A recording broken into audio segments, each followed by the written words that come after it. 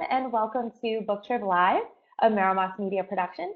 Today we are thrilled to welcome entrepreneur, coach, executive recruiter, and now author Carolyn Carpeneti to talk about her new book, Taking Flight, which we've got right here. It's a great new book. It's a powerful story about making a difference in not only her own son's academic journey, but in all students' lives. Carolyn is also the CEO of Copilot, which is a virtual platform that helps any struggling student find success. And we will certainly talk about more of that later on. Welcome, Carolyn. Thank you so much for joining us. Thank you. Absolutely. Let's start out by talking about Taking Flight. Can you tell everyone a little bit about the book and what they can expect when they read it? Sure. The book it's a story about my son who was born with a learning difference, but he's still a really smart, intelligent kid. And because of his learning difference, which affected him mostly socially, he grew up kind of an against all odds kind of kid. But he had a passion, and he had that passion since before he could speak, and that passion is airplanes. And so he would squeal at airplanes flying by at 6 months of age, and it's a passion that never died. And when he got out of high school, his dream was to go to Embry-Riddle Aeronautical University, which is the private aviation aerospace school, one of the top private schools in the country. So anyway, that was his dream, and 5.5 years ago, he got accepted, and we moved him in, and within 10 weeks, he was flunking every single solitary class. And it was very odd because Anthony's a very reliable kid. He does the work that he's supposed to do, and this was his dream. And so I realized that something was wrong, and it had nothing to do with motivation, and it had nothing to do with the fact that he wasn't smart enough, although that was the way it was manifesting itself. So I quickly dove in and learned everything that I could learn, and long story short, I created a system that turned him around and got the attention of his university, and we together kind of honed in on this problem that is, in my opinion, a silent epidemic in this country, and one of the key reasons why only 1 out of 4 freshmen make it through, 1 out of 4 freshmen do not make it through their freshman year and end up not returning to school, and we're only graduating 56% of our kids. So I was passionate to make a difference, so I went out and I raised some money, and I created this product, and then wrote this book. So to answer your question, the book chronicles my son's story from the time he was a little boy all the way through to when we finished writing the book, which was this past December. So it chronicles that whole story, and it's really a message to parents that there's always something that you can do to help your kid. I was told some pretty horrific stories when my son was starting high school. And they were stories like, don't have high hopes. He'll probably get into a community college. He can probably graduate from a state school, but he may not make it into a private 4-year university. So I heard a lot of stories. He may never be able to work in the aviation field. His processing speed isn't fast enough.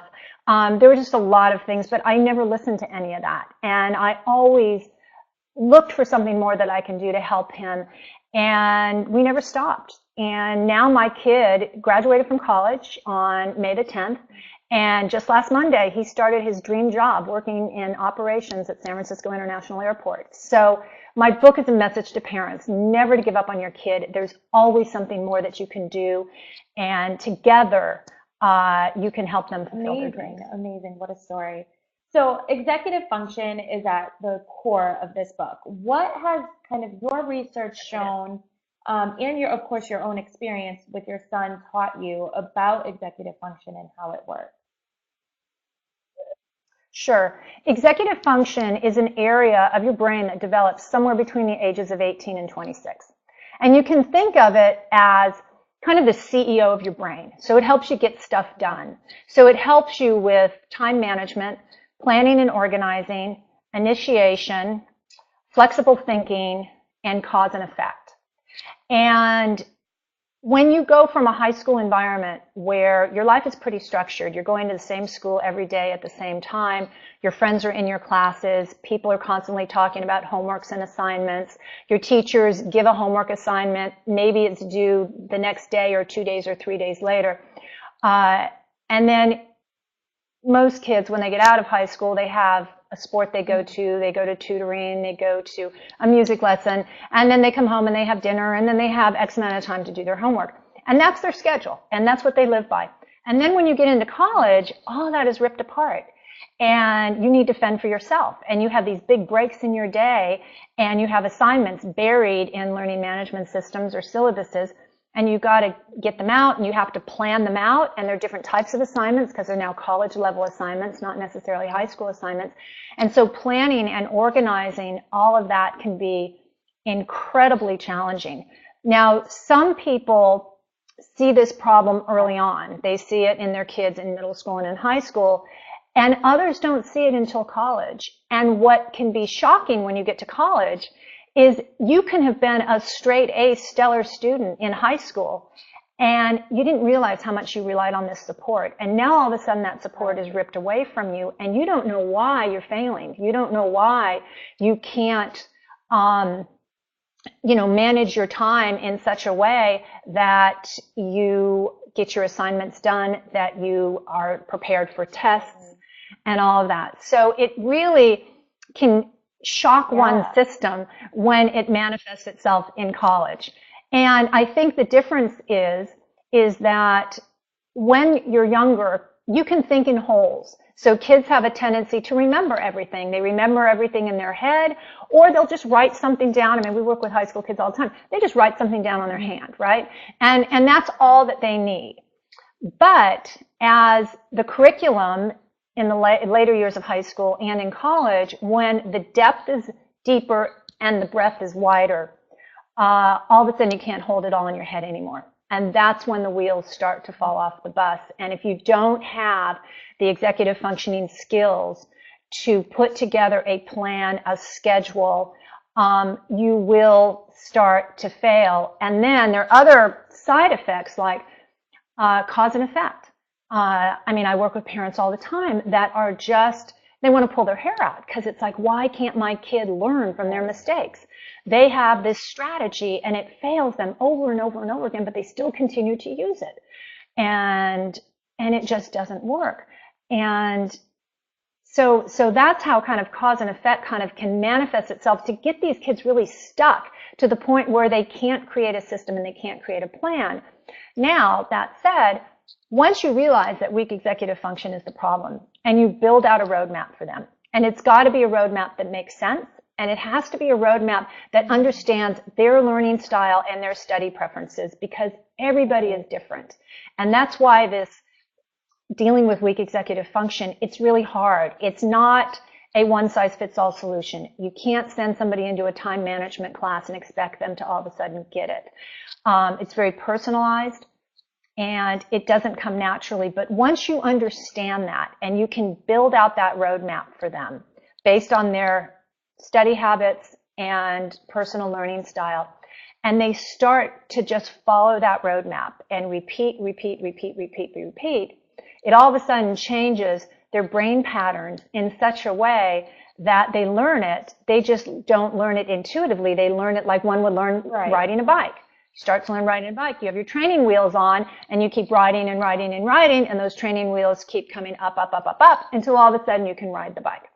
Same philosophy. And once you put that roadmap in place, and once they understand, and here's the key thing, this has nothing to do with intelligence. Absolutely nothing. This is a set of skills that you learn that allow you to show your true intelligence.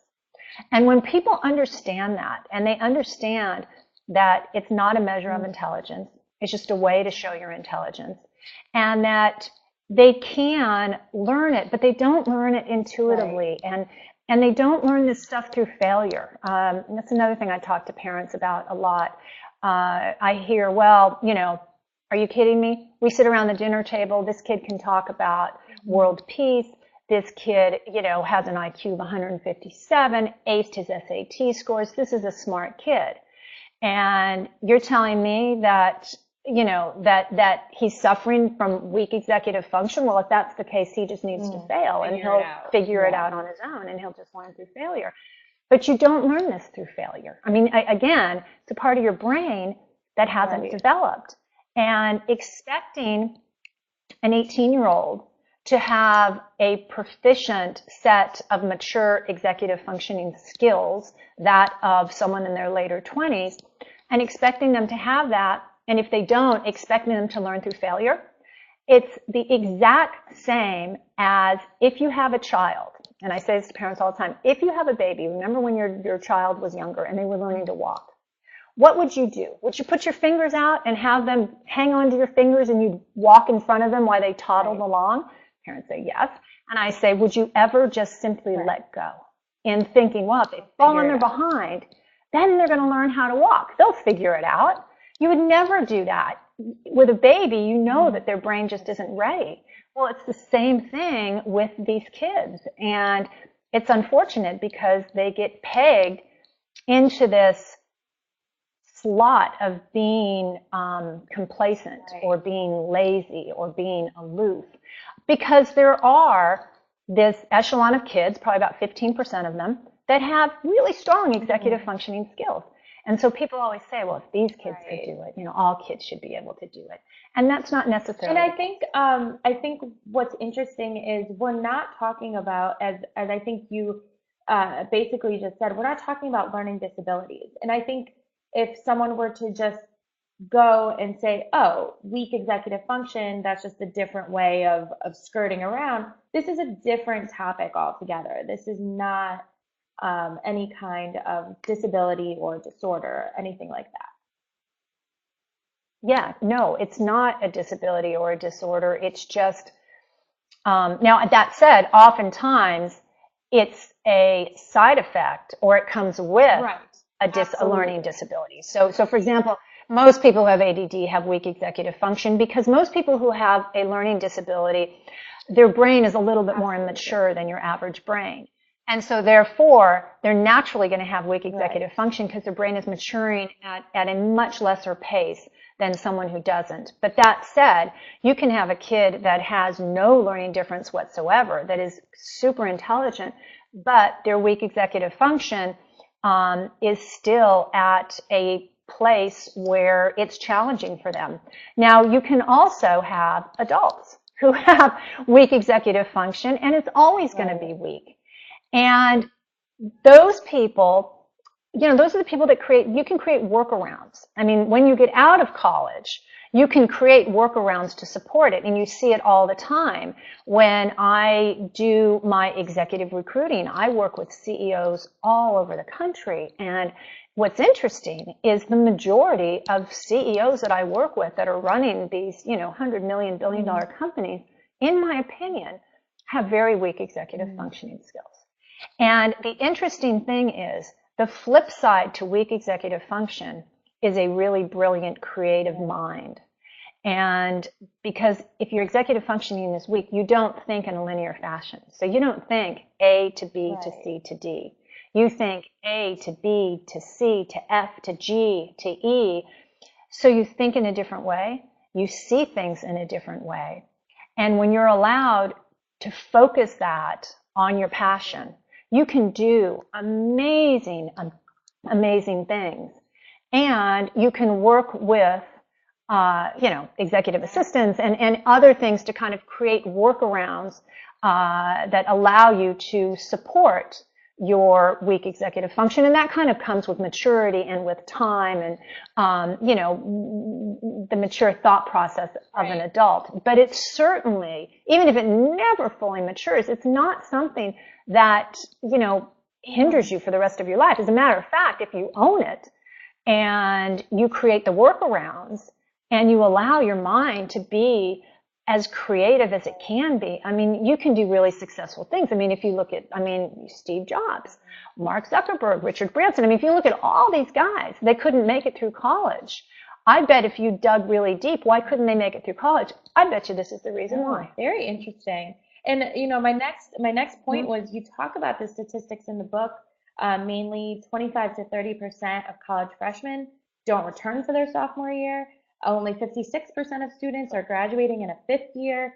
What about these numbers is saying to you, I know we don't really use the dropout term anymore, but there are still college school dropouts. And for you, is this kind of the answer for you? The weak executive function seems to be something no one's talking about, but this is what is the problem for most. It's a big piece of the problem. Yeah, those statistics are Yeah. horrible. 25% of our STEM students end up taking a lesser major. And STEM, they're supposed to be the brightest kids around. Those are the kids that are focused on science, technology, engineering, and math. That's what STEM stands for. And they are taking a lesser major because they're so overwhelmed with having to organize everything that comes with that type of a major. And that's unfortunate. I mean, we should be supporting these kids. We should be graduating these kids. But I think that executive function is really a prominent reason why now, for two reasons. I think one of the reasons is the use of technology within our educational system. And what I mean by that is whether or not you're in high school, whether or not you're in college, these schools have something called a learning management system. Now, a learning management system is, as a student, your online portal to go to find your assignments, to find your syllabuses, to find your grades, and to find any sort of announcements or comments that a teacher might have. And there are some great systems out there. And in a perfect world, if all of the teachers were trained appropriately, bought into using these systems, and used them in a consistent way, it would help the student be more organized. And that's the goal of these products. However, that's not real life, and that's not the way it works. And I've worked at schools. I've worked with Duke. I've worked with USC. I've worked with community colleges. I've worked with state schools. And so it's not there's one particular school that doesn't use it right. None of them do. So you have a series of professors or teachers that just will not use it. I mean, they just flat out will not use it. They use their paper, their pen method, and they hand out stuff in the classroom. So you have that cohort of teachers. Then you have another set of teachers that will use it, but they all use it very differently. So, for example, some teachers might have the assignments posted in the assignment section. Some teachers might have the assignment posted in the announcement section. Some people might have the assignments posted in a Word document within an email to the students. So for those teachers, you're not exactly sure where to find your stuff because everybody uses it differently. So now you have to memorize the way each teacher uses the system. And then you have your last cohort of professors that don't like the learning management system, so they're going to use their own third-party system. So they use another piece of technology. So now as a student, just to find your homework, you have to understand which teachers are using paper, which teachers are using the learning management system, and within that, how are they using it? Where are their papers filed that's different than the others? And then you have to remember multiple user IDs and passwords for those teachers that are using a third party. Now, that becomes craziness because just to find your assignments, it's like going on an Easter egg hunt every day. Yeah, it's insane. And you have teachers that sometimes post things, sometimes don't. I mean, I've worked with professors that are posting syllabuses with assignment dates that are a year old. And these poor students, they're young, they're intimidated. They're not going to raise their hand and say, why is the syllabus last year's syllabus? But it's craziness. And so at least 20, 30 years ago, everybody was on the paper system. So you might lose your paper, but at least you knew how your information was going to be delivered to you is very consistent. So I don't think until these schools really wrap their arms around this issue and say, what about these kids? These teachers are so focused on their class and their class only. But I oftentimes sit back and wonder, what if they knew? What if they really knew? What if they walked in the shoes of these kids on a daily basis and realized what they had to go through just to get their assignments? Would they continue to do it this way? And would they, would it make a difference to them? So that's one of the reasons why the executive functioning piece is so prominent now. The other reason why, again, I'm going to come back to technology, in that when you think about 30, 40 years ago when you went to write a book report, if you think of your funnel as a brain, or I'm sorry, if you think of your brain as a funnel, information kind of comes in and goes through and gets processed. Well, 30 years ago when you were writing, let's say a college essay, for example, you'd go to the library and you would look at the card catalog and you would make your list of books and you would pull out a book and you would look at it, get the information you needed, write it down, put it back on the shelf, get the next book. And you would go through that process in a library completely uninterrupted, not distracted at all. Okay, so what happens now with a college student when they're starting a college essay? They could be in their room, they could be in their library, they could be in a coffee shop, and they're going to do a Google search. And then all of a sudden, bam, all of a sudden they're inundated with all this information on the topic that they're going to write about. So now they're bouncing from website to website. Now all of a sudden they get a pop-up on their screen that somebody's posted something on their Facebook wall. Okay, so now they've got to dart over and they check out Facebook for a while. And then they get a text. And then they answer the text. And then their phone rings. And so there are so many, again, if you picture this funnel effect, there's so much information coming in at a much faster pace than it ever used to come in at, that if your executive function is weak, that funnel gets clogged and it can't process the information as fast, and so it just overflows. And when that happens, kids check out, and that's when they become aloof, they become like they're disinterested, like they just don't care, and that's not the case. That's their biggest cry for help when you start to see that. And so those are just two of the reasons why I personally think, and many experts agree with me, that this is really a silent epidemic. I mean, this is something that's really plaguing these kids, and it's so unfortunate because, as I said, it has nothing to do with their intelligence. So you talk about these organizational tools needed for success for anyone with a weak executive function. What are some of those that you mentioned in the book and the best way to put them to use? I'm sorry, what was your question? Other tools? Some of the organizational tools. Yeah, you mentioned organizational tools in the book. Best ways to go about combating the weak executive function. And what are some of those that you mentioned? Well, I think the first one is understanding the way that you learn. So, for example, you may be a verbal learner, I may be a visual learner, and then somebody else may be a kinesthetic learner. So one key way is to understand how you learn and then build your learning plan or your homework plan around that.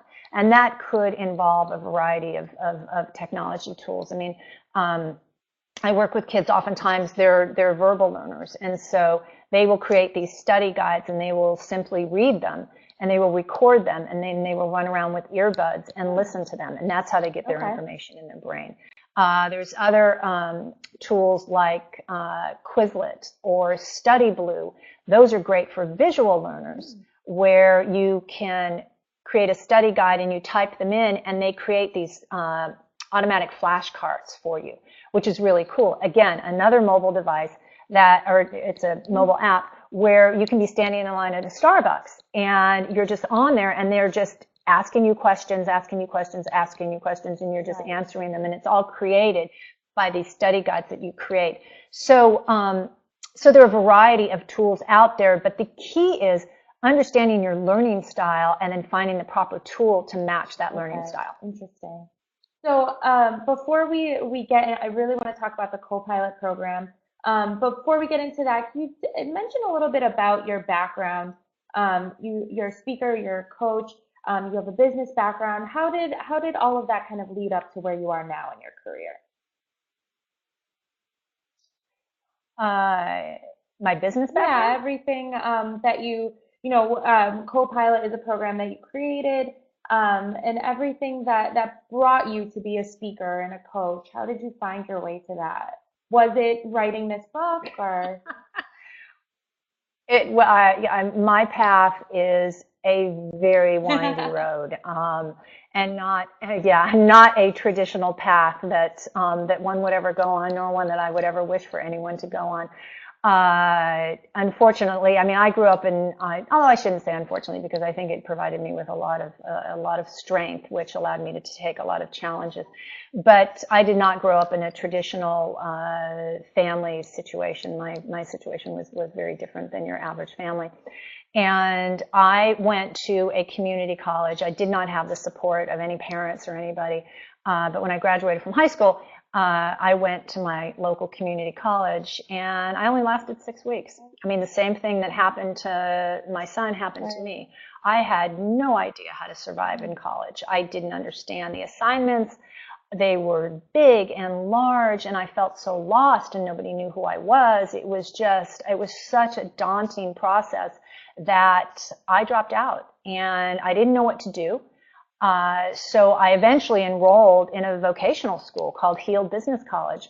And the interesting thing, and I certainly didn't think about this back then, and I actually didn't even really think about this until a couple of years ago. When I went to Heald Business College, I sailed through. I got all A's in every class, and it was an 18-month program that trained me how to be an office assistant. But what was different about this particular school is that it met Monday through Friday from 9 to 5. It was set up like like a traditional office career would be set up. So you go there Monday through Friday from 9 to 5, and you take your classes, and you have breaks, and you do your homework. And so all of a sudden, that structure that I had in high school, that I relied on so much, was brought back into my life. Once I had that structure, I had no problem, and I just kind of sailed through. From there, I went to work for a couple of really big companies, and eventually got into sales. And I sold software for a long period of time. I quickly gravitated to roles where I could be around people and I could work with people, because that really, at the end of the day, has always been my passion.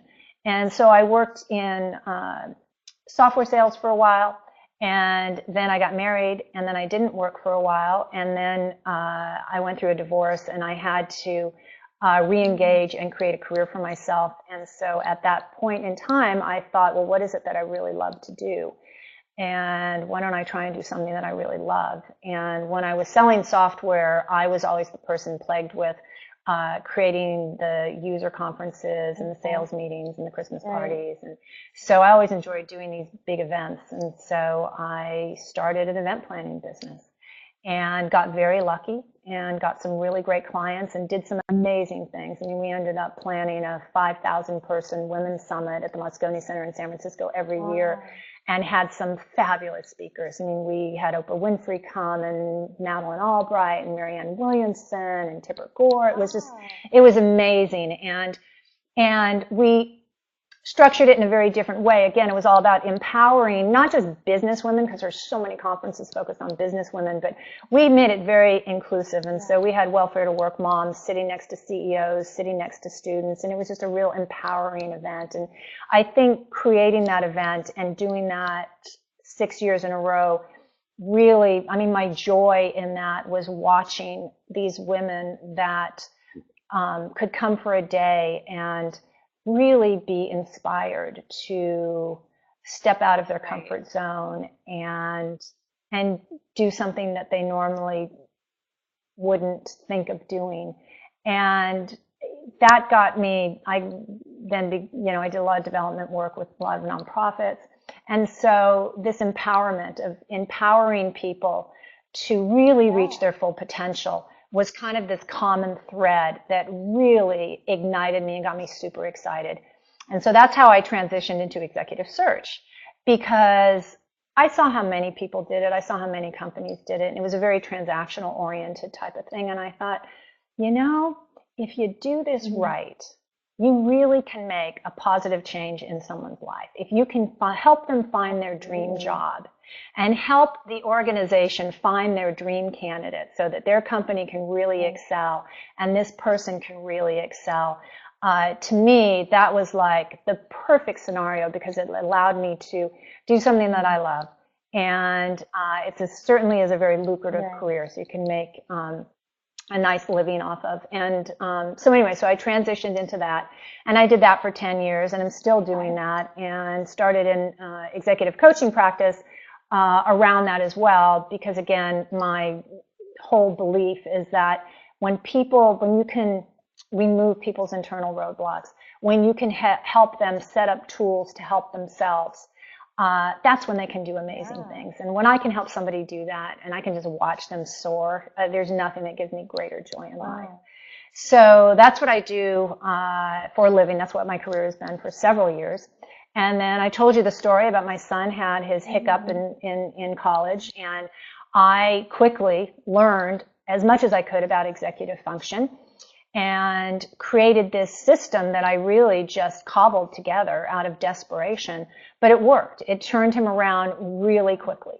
And so quickly that it got the attention of his school, because they had never seen a student go from so many early alerts to no early alerts. And they asked me what I had done with him. And Embry-Riddle, it was their first-year program that actually contacted me. Embry-Riddle has a great first-year program for first-year students where everybody gets a first-year advisor, and you really get to know that advisor. Right. So it was a great program that he went through. And honestly, I don't think Anthony would have made it through without the help of that first-year program. They were instrumental as well. But anyway, so they asked me what I had done, and I didn't want to tell them because I thought, oh, my God, my kid has got to be the only kid in the entire world that has this problem. And if I tell them, they may kick him out of school. So I didn't really talk a lot about it, and he had another successful second semester, and I went back to Florida to help him move out of his dorm, and they asked me again, and this time I showed them what I had done. And their jaw kind of dropped, and they were like, oh my God, you have to write a book about this. This is why students fail. And we see it all the time. And if you can get this word out, if you can automate this, if you can do anything, you can help millions and millions of other students. And as flattered as I was, I still was not convinced.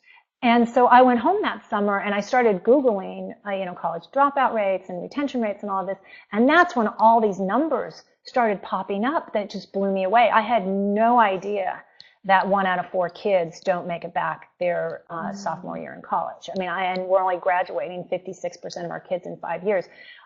It's astounding to me. And what's even more astounding to me is that in 1995, the United States was #1 in college graduation rates, #1 in the world. Wow. Now we rank number 28. So 20 years later, we've gone down from #1 to number 28. Yet, college tuition has gone up 117%. Shocking to me, absolutely shocking. So these statistics were just mind-boggling to me. And then when I get into underprivileged and first-year college students, 73% of them fail.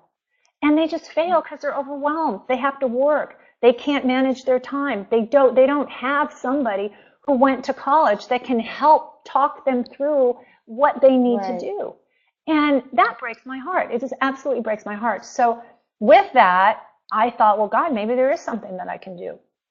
So quickly got on the phone and was very lucky to sell my idea to a handful of really true family and friends. I mean, parents and people that I've known for a long time, and was able to raise enough money to hire a development team and automate the entire system that I created for my son. So we did that, and we launched it about a year ago, and it's a web and mobile app. Amazing. And that is called Copilot. For anyone looking forward to learn more, it is copilotsystems.com, if I'm saying that correctly. Correct. Yeah. And definitely something that you should check out, give it a look. Can you explain just a little bit? We're just out of time, but can you just explain a little bit what comes with that subscription when you do sign up, for those who are wondering? Sure. You sign up, you build a personal profile, and kind of think Match.com, where Match.com takes your personal profile, runs it through an algorithm, and gives you people that they think you're going to like.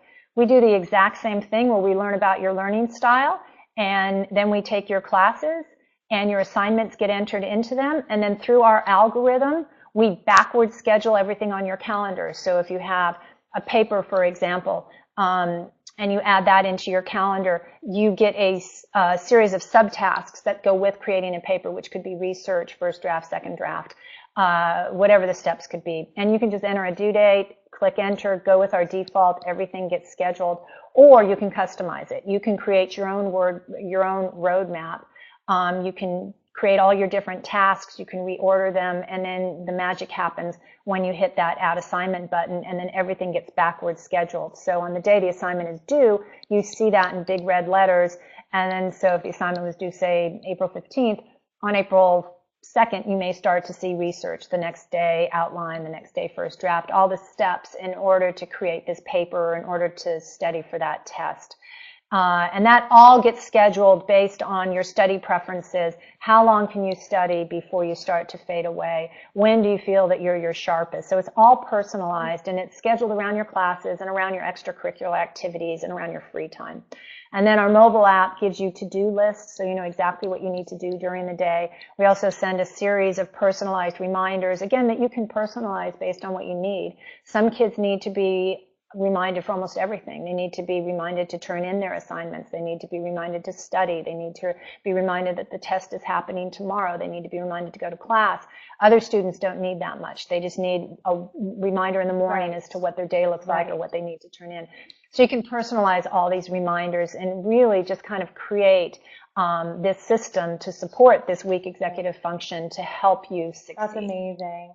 Well, thank you again so much for joining us again. Taking Flight, everyone, is out. Go grab it, give it a read, and then go visit copilotsystems.com and check that out, because it really is something that I think more of us should be talking about and using, especially for the future academic success of all of our kids. So thank you so much again. I really appreciate your time today. It was a great chat. Thank you. My pleasure. Absolutely.